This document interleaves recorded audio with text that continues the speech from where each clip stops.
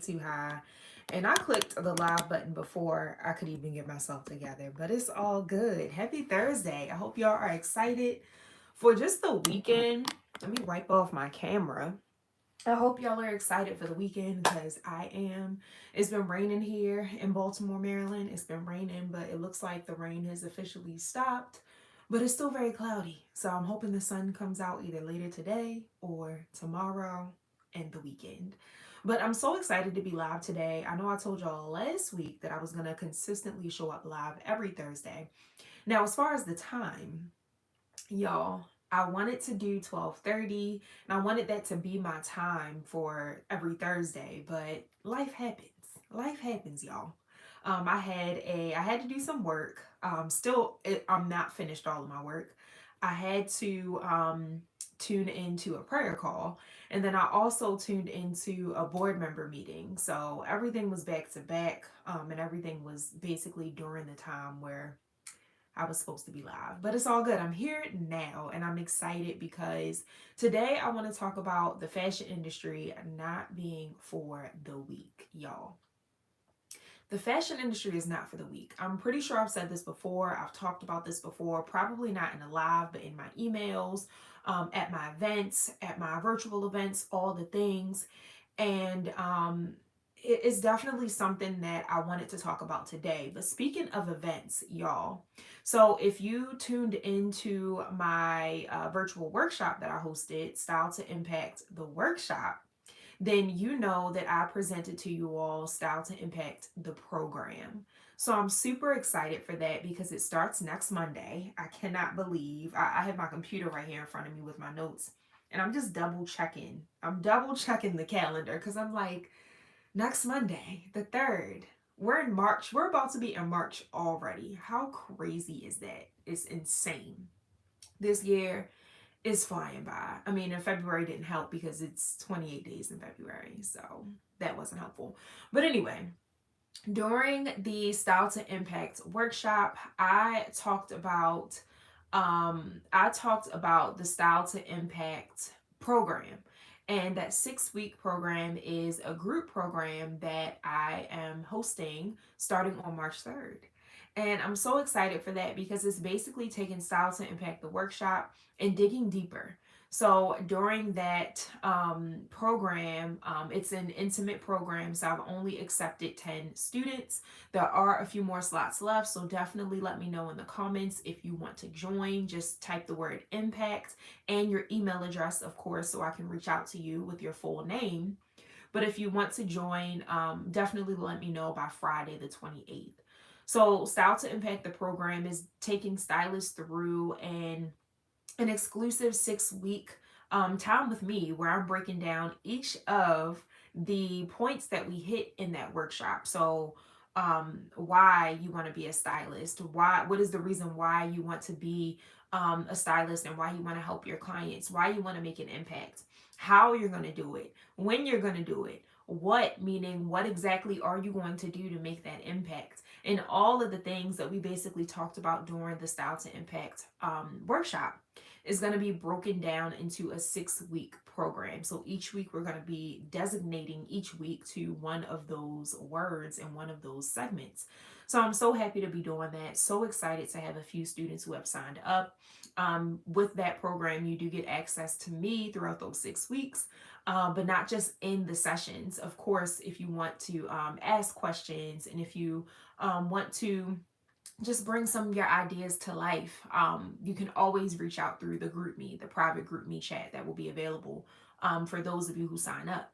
So you get group me chat, you get the group me, you get accountability with the other stylists who are in the group program. And then you learn about your business, like whether you started your styling business or whether you have not started. I think this is a great program for a stylist at any stage in their journey, because we're talking through things that are constantly evolving in your business.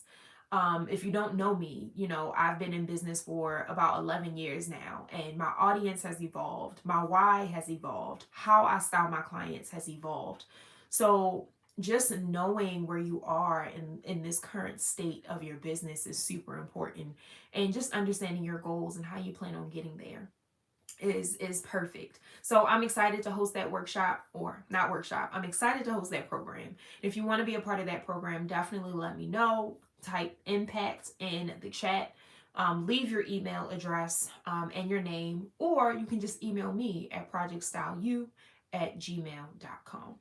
And I did not introduce myself. So if you're new here, welcome. I love to go live every Thursday. Just started doing this last week.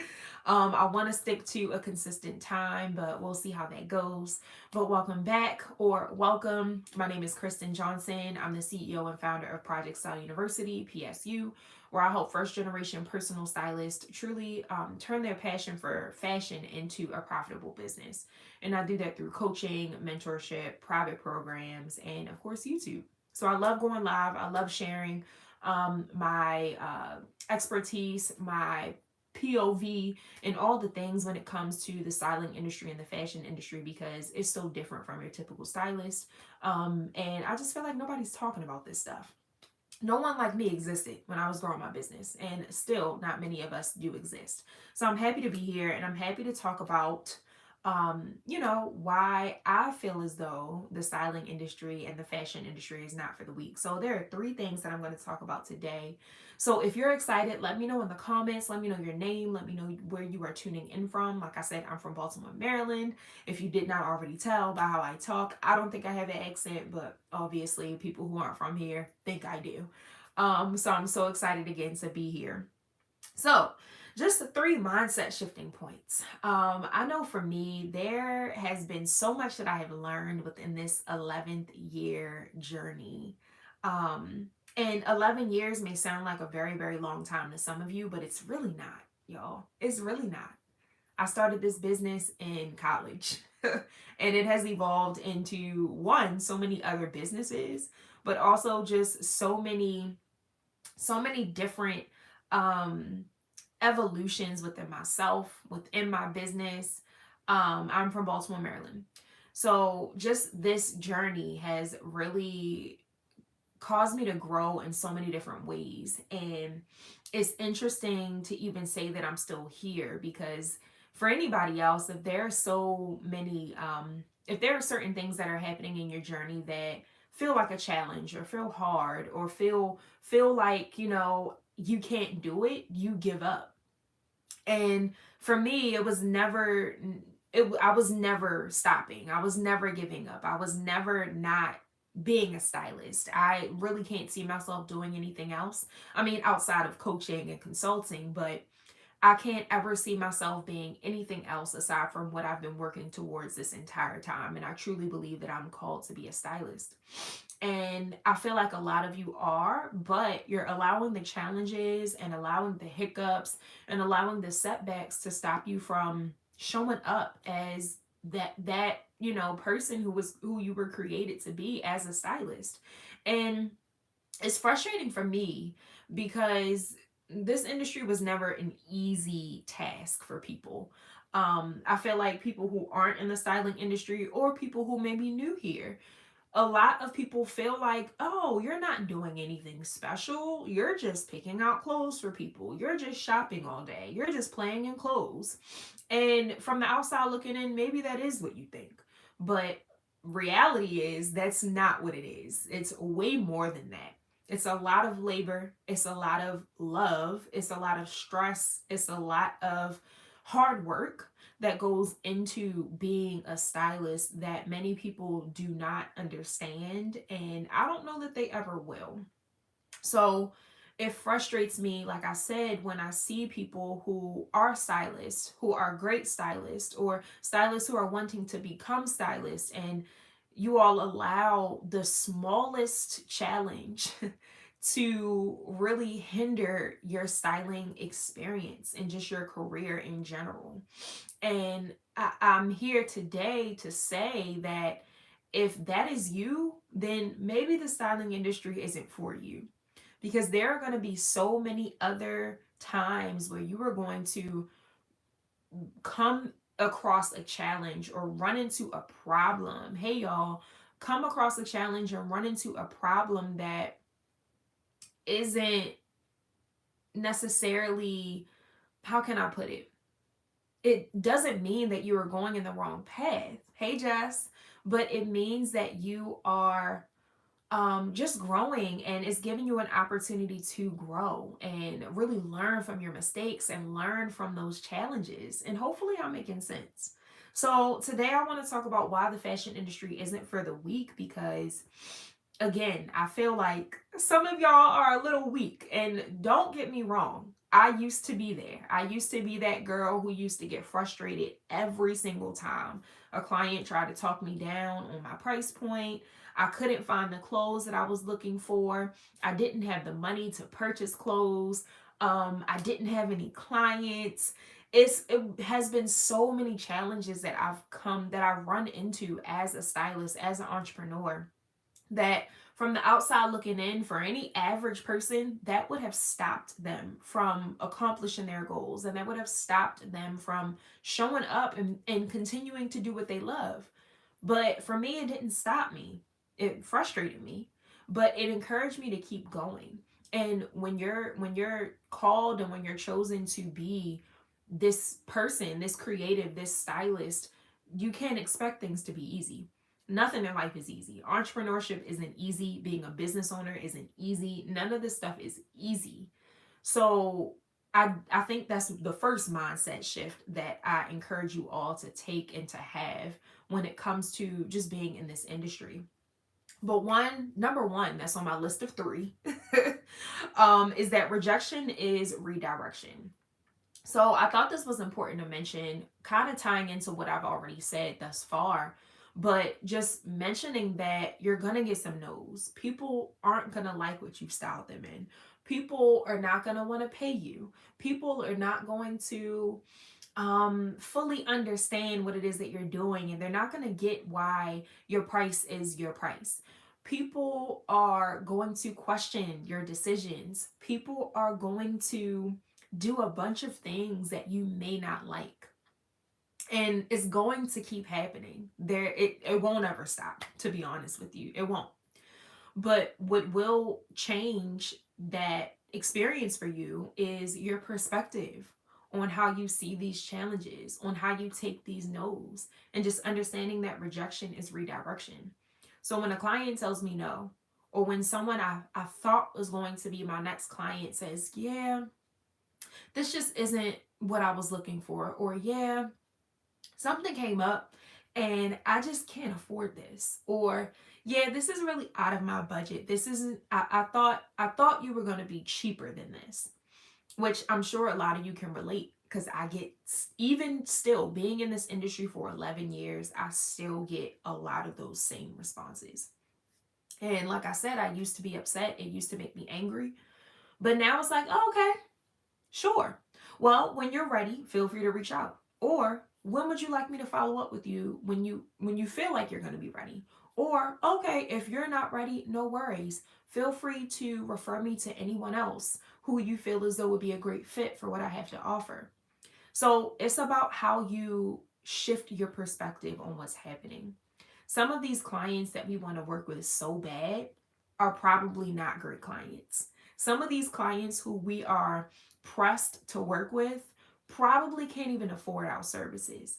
Some of these clients who we want to eagerly work with and style, they probably won't even share themselves or take a picture in the outfits that we're styling them in to even share to their audience. So it's like, you want clients that are going to love you. You want clients that are going to value you. You want clients who are going to refer you. You want clients who are going to listen and allow you to do your job. You want clients who are going to just just be just be open to the process and trust the process and give you constructive criticism and give you feedback and give you a testimonial.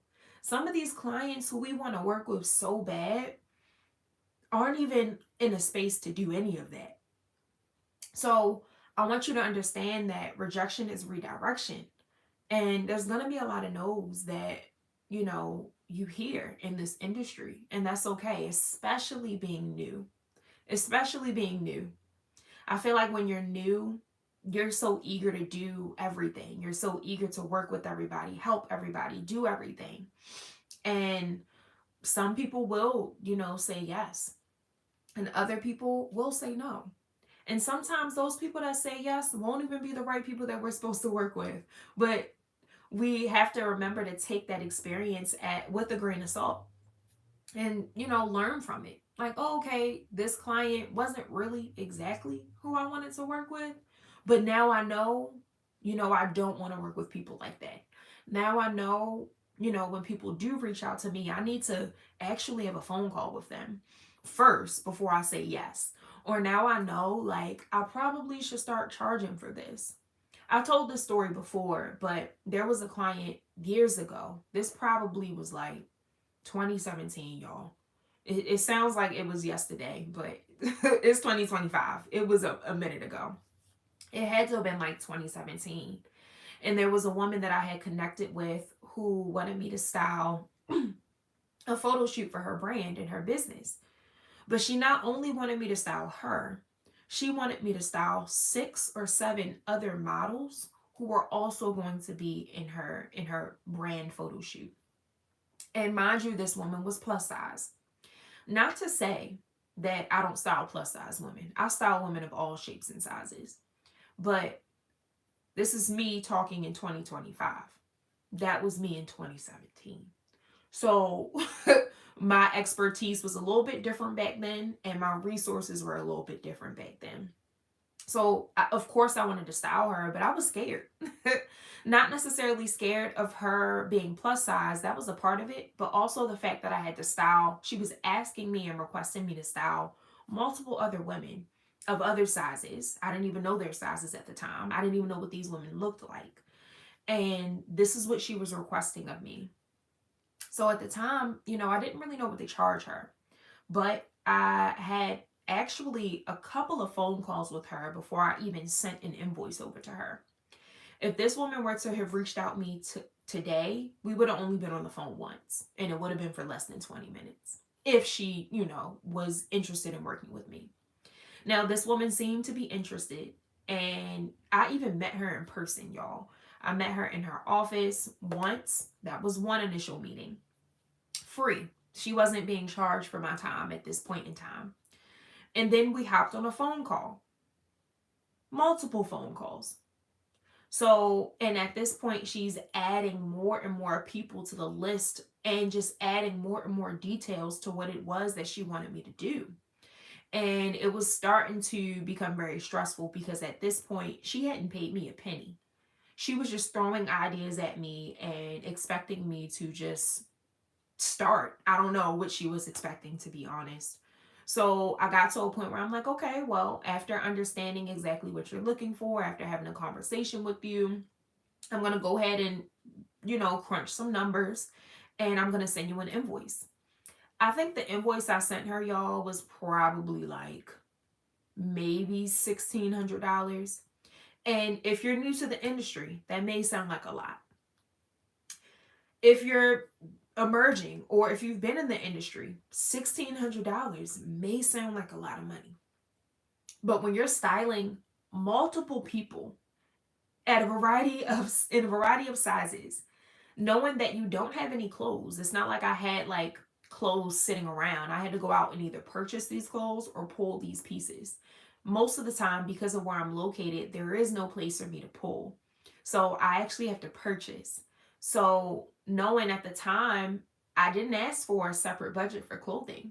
I was going to style these women, all of these women, using the money that she was giving me. So $1,600 to shop for and style 7 women.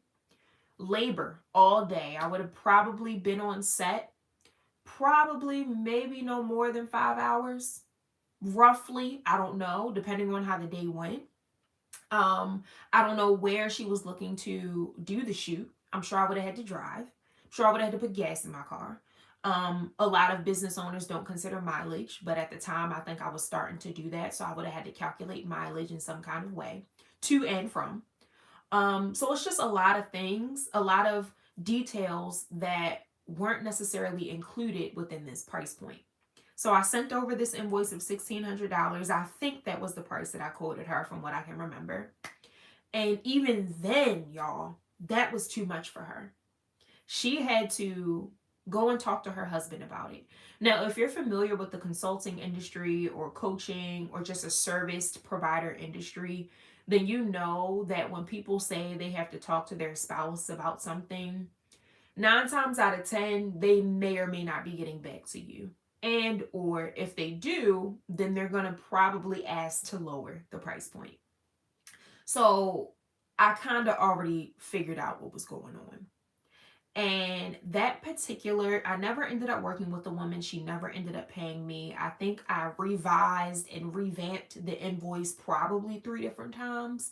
And this woman never moved forward. And a lot of brain power, a lot of time, a lot of thought went into those few times where we did meet and connect. And I didn't get paid for any of that.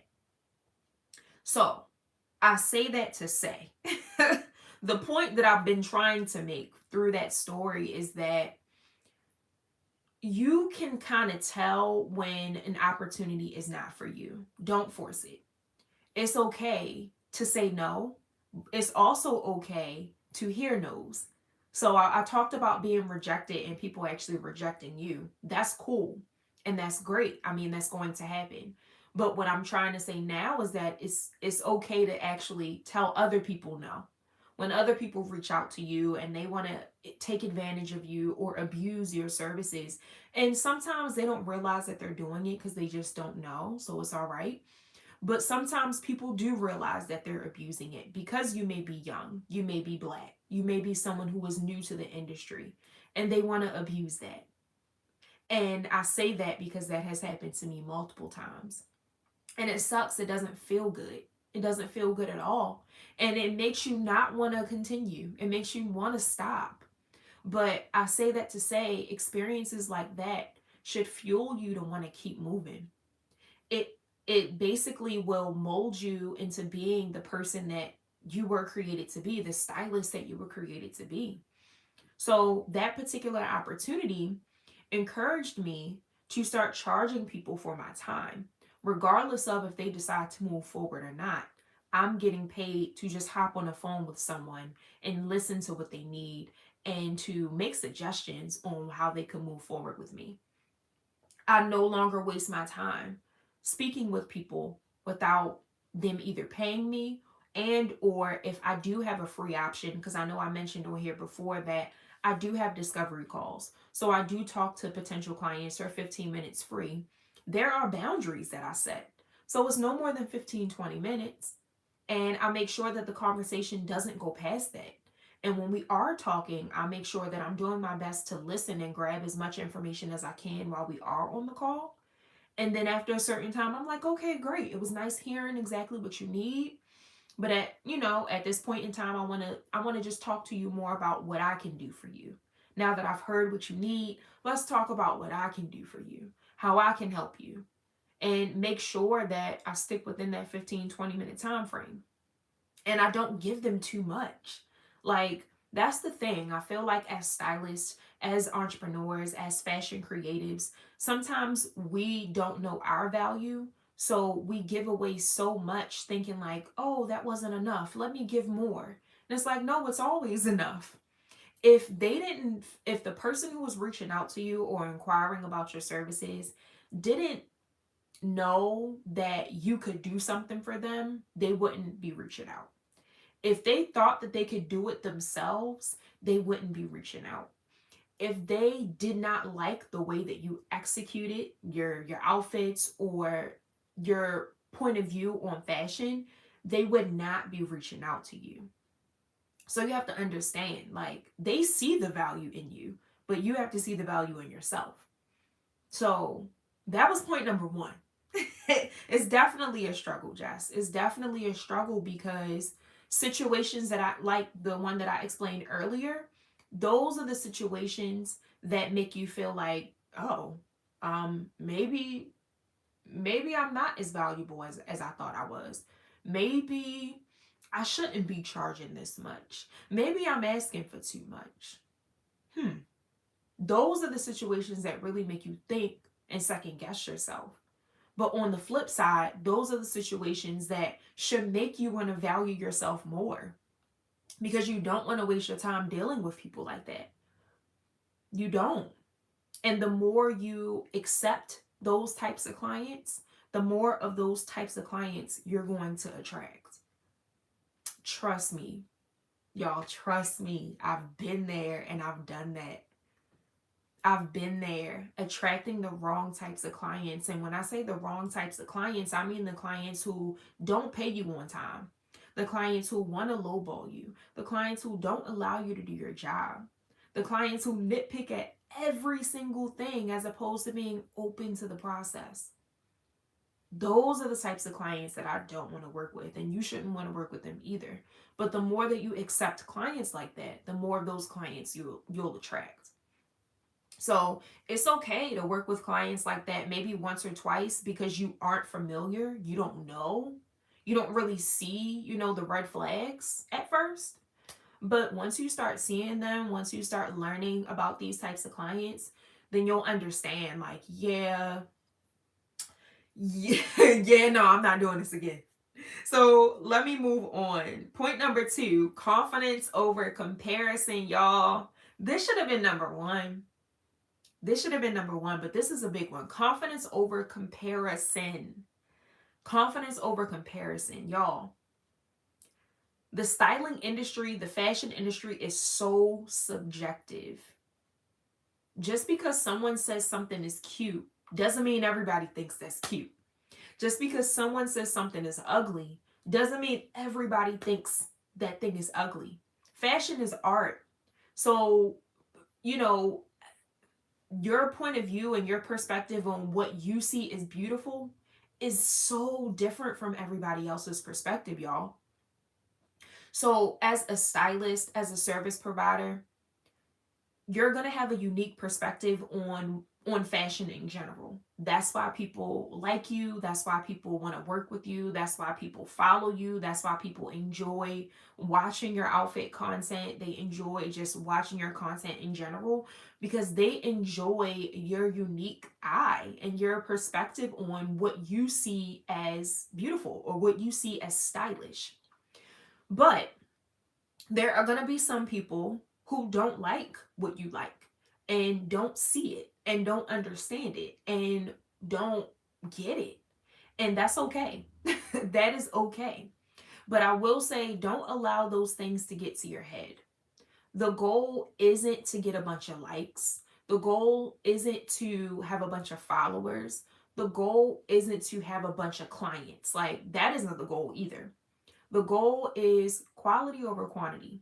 So you only want to work with people who your trust your what am I trying to say? Trust your perspective, trust your expertise, and are open to trying things. And also, on the other end of it, when I say confidence over comparison, it's really for us and the comparison game that we play. When we see other stylists doing what we want to do, and on the back end, we're not technically doing those things, or we wish we were doing those things, or we desire to do those things, and we see them being successful and doing great things, and we're like, dang, I wish they chose me for that. I wish I could have did that. I wish I could have did this. You have to understand that your journey is your journey. The path that God has you on is your path. You probably would have never even wanted to do that thing that stylist is doing. But because you see them doing it and you see them doing it well, you feel like, oh, I want to do that. I wish I could have. It's like, girl, no, that's not for you. That's not for you at all. Everybody is on a different path. Everybody has a different plan. So you have to understand the plan and path that you're on, that God has you on. And I'm speaking to myself too, because I still have that. I still play that comparison game in my head sometimes. Not as much as I used to. I'm a like give myself some props. I don't do it as much as I used to, and I'm starting to not do it at all. But slowly but surely, I'm starting to not do it at all. But sometimes you just hop on social media and you see somebody doing great things and it's like, dang. And then you quickly have to scroll or you quickly have to get off and think about something different, because what that is doing is that is making you feel like you're not where you're supposed to be. It makes you feel like you should be doing more. It makes you feel like you're not doing enough. You're doing the wrong thing. You should be doing this. You shouldn't be doing what you're doing. And that's not the case. That's not the case at all. Social media can definitely be a crazy place. And that's why it's important for us to shift our mindset and understand that we are exactly where we're supposed to be, um no matter what. Like, the thing about having regrets, what ifs and the shouldas and couldas, like all of that, squash it, because everything literally happens for a reason. The things that we do, the things that we say is all for a reason, and it positions us to where we're supposed to be.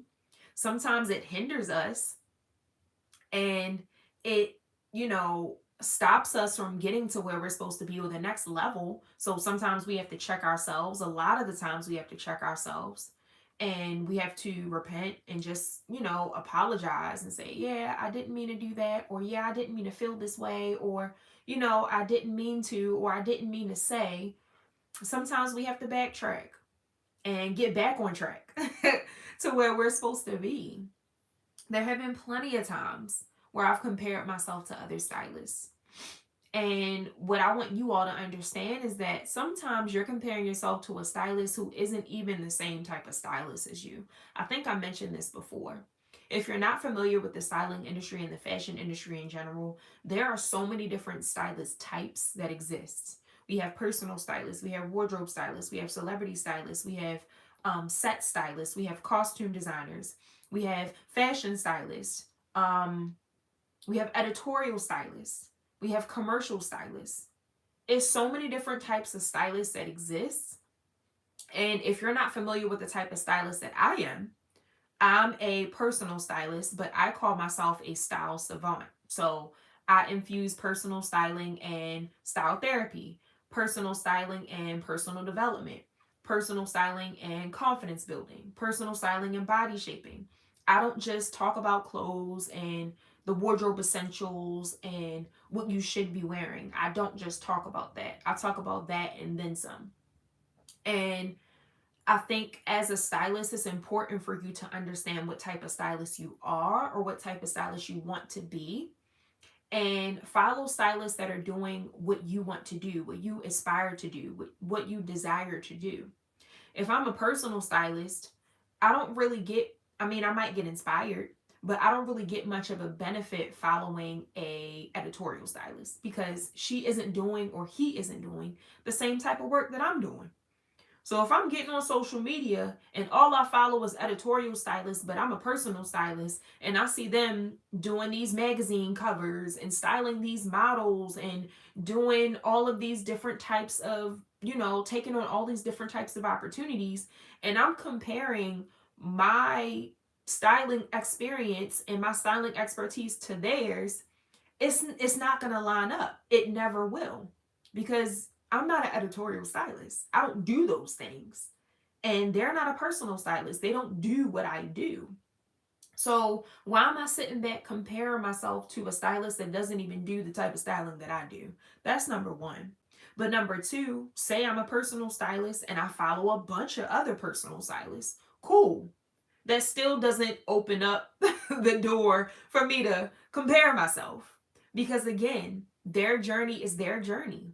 They could have been styling for way longer. They could have been styling for way less. They're located in a different city, a different place than you. Even if they're located in the same city as you, they know different people than you. Even if they know different people than you, they have different relationships with people that you probably either don't have, or you have different relationships. I can't even talk. Different relationships with other people than them. So the math will never math. Regardless of all of what I just said, the math will never math if you're continuing to compare yourself to other stylists, because how they see fashion is completely different from how you see fashion. Their styling journey and their experiences in their life is completely different from yours. They may not even look like you, or they may look like you and they may have experienced other things than you. And those things have molded them into the person that they are and then have put them on the path that they're on right at this second. And same thing for you. So God has a different plan for everybody. And that's something that I want you to remember. Instead of comparing yourself, congratulate. Yes, good job, girl. Congrats. And if you feel like it's phony, don't say nothing at all. Or just put an emoji. You don't even have to say no words. But that is how I fight comparison. Instead of comparing, I congratulate.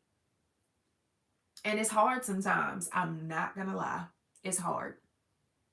It's hard. You got to congratulate and you got to know that, your time is coming. And I always like to say, and this is something I learned, being a part of the groups that I'm in, the Christian women groups that I'm in, you know, there's a ordained time for everything. And I feel like if you see someone getting their flowers, doing what you want to do, you see that, then I feel like that's a sign that your time is coming too, right? That means your time is coming too. Your time is coming too. Just said it's a good thing though, because you should always want the best for others. You should. And sometimes you should. But sometimes, look, it depends on who that other person is. Because sometimes that other person may have rubbed you the wrong way. Sometimes that other person was rude to you. Sometimes that other person was nasty to you. Sometimes they weren't fun to work with. But you got to be the bigger person. And like she said, you should always want the best for people, because you should want somebody to want the best for you. Think about yourself. I would never want anybody to wish any negative anything on me, ever. Like, I would never want anybody to not wish the best for me. So if I think of it that way, then I shouldn't want to do the same for other people. Think about how you want to be treated. And this is all easier said than done, y'all. I am not going to lie. I'm saying this and I'm believing it and I'm standing on it. But in the back of my head, sometimes I'm like, I don't know. Obviously, I want the best for others. I really, really do. That's why I'm doing this. I want to help y'all. I want to help y'all. That's why I created this platform. But sometimes it's very, very hard. But you got to pray about that. And I'm speaking to myself. I'm getting better. I am getting better, but sometimes it's hard to want the best for people who have not been good people to you, at least. So it's hard. And I feel like that's the literally what I'm talking about today. Like, this industry is full of a lot of people who are considered catty, who are considered nasty, rude people who only care about themselves. So we have to be those individuals who are the complete opposite.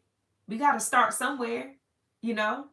So I'm starting with giving you my expertise. I'm starting with giving you some advice that I wish I had when I was growing my business. This is my way of giving back. This is my way of helping others and wanting the best for others. This is my way of, making life easier for y'all. So, and from my experiences. So, confidence over comparison, y'all. Confidence over comparison. In my notes, I said the industry is saturated with talented stylists, but comparison is the fastest way to kill your creativity. Instead of trying to be like someone else, own your unique approach to styling. Confidence is what sets successful stylists apart, and clients are drawn to those who stand firm in their expertise. Y'all, I'm pretty sure I talked about this before, but real quick before I move on to the last point, I've been styling for 11 years. 3 out of those 11 years, I was an editorial stylist. Editorial, meaning I was styling models and just doing creative shoots. And at the time, I'm pretty sure I've told the story before. At the time, I thought that that's what styling was. I thought like, oh, okay, I want to be a stylist. I want to dress people. I want to be in fashion. Cool. This is what I see other stylists doing. So this is what I'm gonna do. Cool. That's what I did for 3 years, y'all. After a couple of times, I'm like, I don't really know. I don't really know if I can do this. This is not what I thought it was gonna be. This is not what I saw myself doing. Like the fashion part, yes. But styling models, being creative, not getting paid for my time, not to say that editorial stylists don't get paid for their time, but being new to the industry in a city that wasn't considered a fashion city, I was styling models who were new models or models who may have been modeling for some time. They weren't paying me. Working with photographers who were fairly new. Some of them have been photographers for quite some time. They weren't paying me. I was using my clothes because I couldn't afford to buy clothes at the time. A lot of the times, the models would give me wrong sizes, and it was just a frustrating experience. The pictures looked beautiful, but to me, I felt like editorial was more, it just gave more. And my styling, my creativity wasn't that, in my opinion. So I felt like I was just trying to, those toys that kids play with, where you have to line up the shape with the opening. So my shape was a square and the opening was a circle, and I was trying to force a square into a circle, and it did not make sense. And I'm just like, I don't feel fulfilled. I don't feel like I'm really helping anybody. Um, I just feel like I'm just doing what everybody else is doing at this time. This isn't fun anymore. And it got to a point where I didn't want to do it anymore, and I had to shift. And that's when 2016, well, 2015, I graduated from college. 2016, I got my first big girl job working at a brand called Trunk Club. And at the time, I knew that I didn't really have too much experience with styling. I mean, I did, but I didn't. And I applied for this job and I got hired by the skin of my teeth, and they hired me, and I worked there. And at that company, we were styling men. I knew that I wanted to style women, but I took the opportunity because I felt like it would give me the experience that I was looking for, and I felt like it would be a stepping stone to catapult me into the direction that I was meant to go in my styling career. And that's exactly what I did. And y'all know God is so good. At the time, I mean, I've always been a Christian, but like my faith isn't, back then wasn't where it is now. So it's funny just thinking back on these stories, because it just reminds me to always take a risk and to always believe bigger and to step outside of your comfort zone. I knew that I wanted to be a stylist. I didn't have any real experience outside of a retail job and the internship that I had, the two internships that I had at that moment. So I had a little bit of experience, but not much. So got hired by the skin of my teeth for this personal styling job. I knew that I wanted to pursue personal styling. So I'm like, oh, okay, maybe this is going to take me to where I need to be. But it's styling men. I don't really want to style men, but I'm going to just take the opportunity because it's paid. I need a job. I just graduated, so I know these student loans about to kick in, and I feel like I'm going to learn something. God is good because I took the job. Literally, y'all, I lied to you not. I want to say maybe 2 months into that job, why they start offering the styling service that was specifically for men, they started offering it to women too. So when you take the first step, and when you um, believe in yourself, but also believe in God and just have faith in what it is that He's doing. And at the time, I wasn't thinking about none of that. I'm just like, I need a job. Like, what? But when you, God already chose me to do these things. So anything that I do, His hand is already on. But at the time, I did not know that until now. I'm thinking about it, and it's like I took that leap without even thinking anything, knowing what I wanted, but knew that this job wasn't exactly what I wanted. It wasn't exactly what I was looking for, but it ended up turning into that anyway. So this wasn't a part of the tips that I was providing today, but I wanted to just encourage y'all to take risks, take a leap of faith. When it comes to the styling industry, just the creative industry in general, everything isn't going to be by the book. Everything isn't going to be perfect. Everything isn't going to look the way that you want it to look. But when you take that first step, then you'll get instruction for the next step, or everything else will fall into place, and or everything else will fall into place. So it's so cool how that worked out. So I ended up getting hired at a job for something to servicing a completely different gender than what I wanted to style, but ended up styling the gender that I wanted to style because I decided to step outside of my comfort zone. So that's a word. But the last thing I will say is that hard work beats aesthetic alone. In my notes, I said, while having a beautiful Instagram feed and trendy looks is great, true success comes from strategy and execution. The stylists who last in the industry aren't just the ones with the best outfits. They're the ones who know how to market, price their services, build relationships, and create real impact. And that's what I've been talking about, y'all. It's the impact. It's not about the money, although money is needed, money is necessary. The money will come. Sometimes the money was the motive for a very, very long time for me. I am not going to sit on this live and lie to y'all. The money was the motive. It was. It was. But it got to a point where I felt unfulfilled.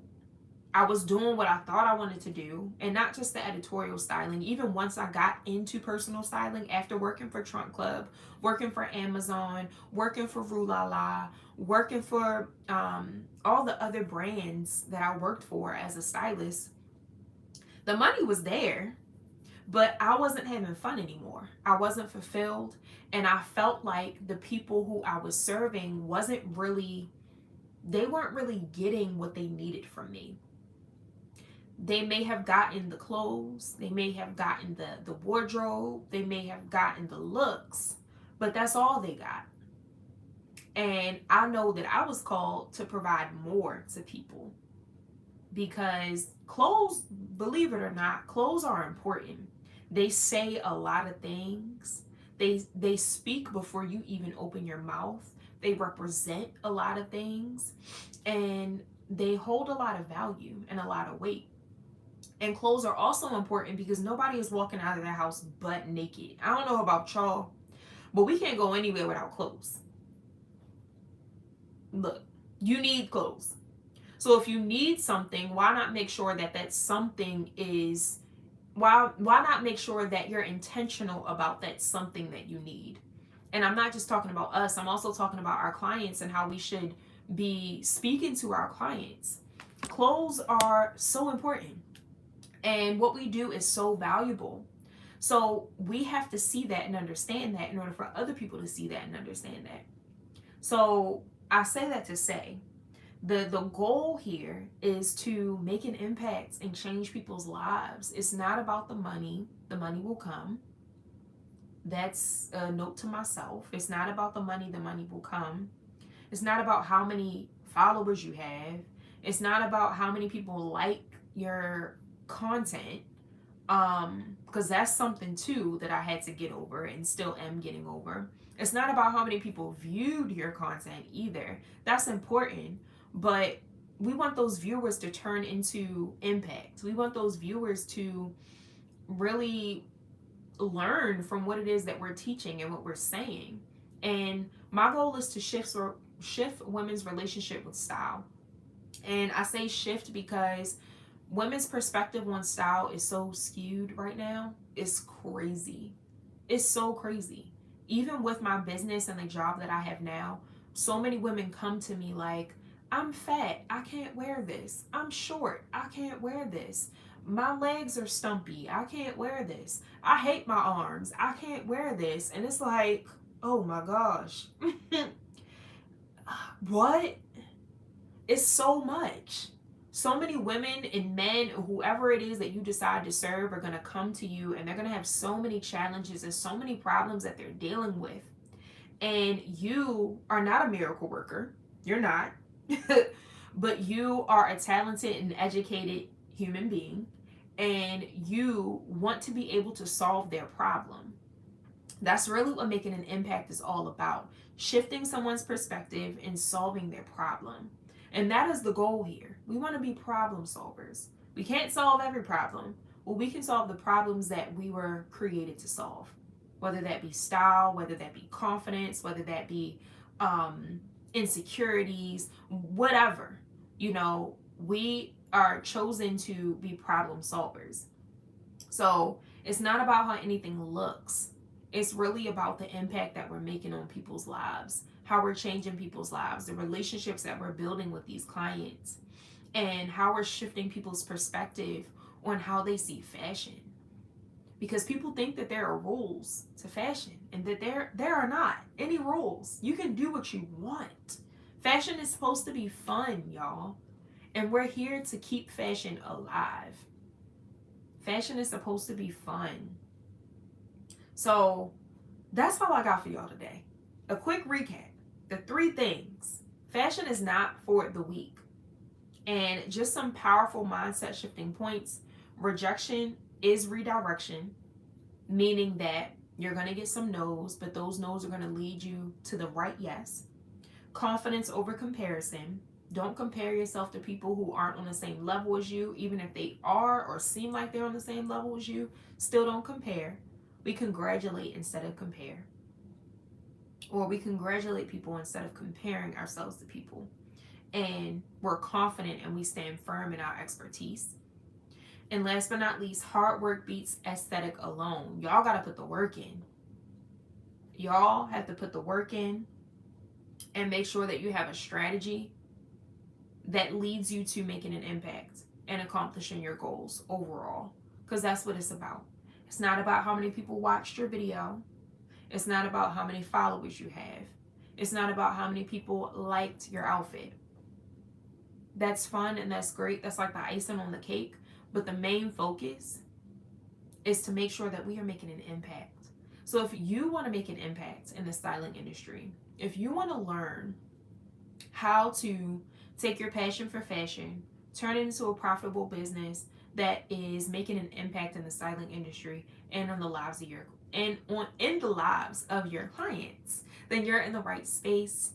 I hosted Style to Impact the workshop a couple of weeks ago, and I invited you all to Style to Impact the program. This is a 6-week program that is going to help you and walk you through the what, the why, the how, the when, the all of those.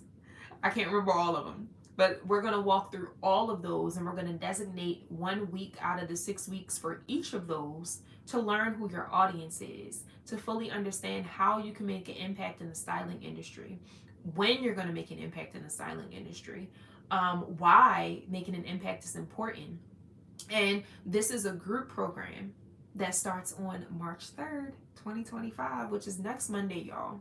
So if you're interested in being a part of that private group program, I'm only accepting 10 students, then definitely make sure you email me at projectstyleu@gmail.com. That is project style, the letter U, at gmail.com. Email me the word impact and email me your full name, and I will email you back the link with more details on how to be a part.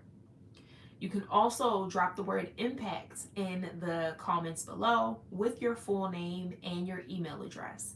But of course, if you don't want to put your email address out there, just email me.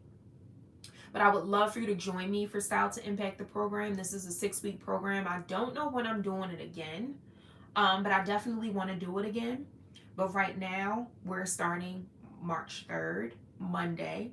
And every week, we're going to meet once a week for an hour long session to talk through each of these pillars that I mentioned. You're going to get the recording. And you're also going to get access to a private group me chat. So you'll get access to me. You'll be able to email me, not email me, message me in the group me with any questions or anything that you have on your mind.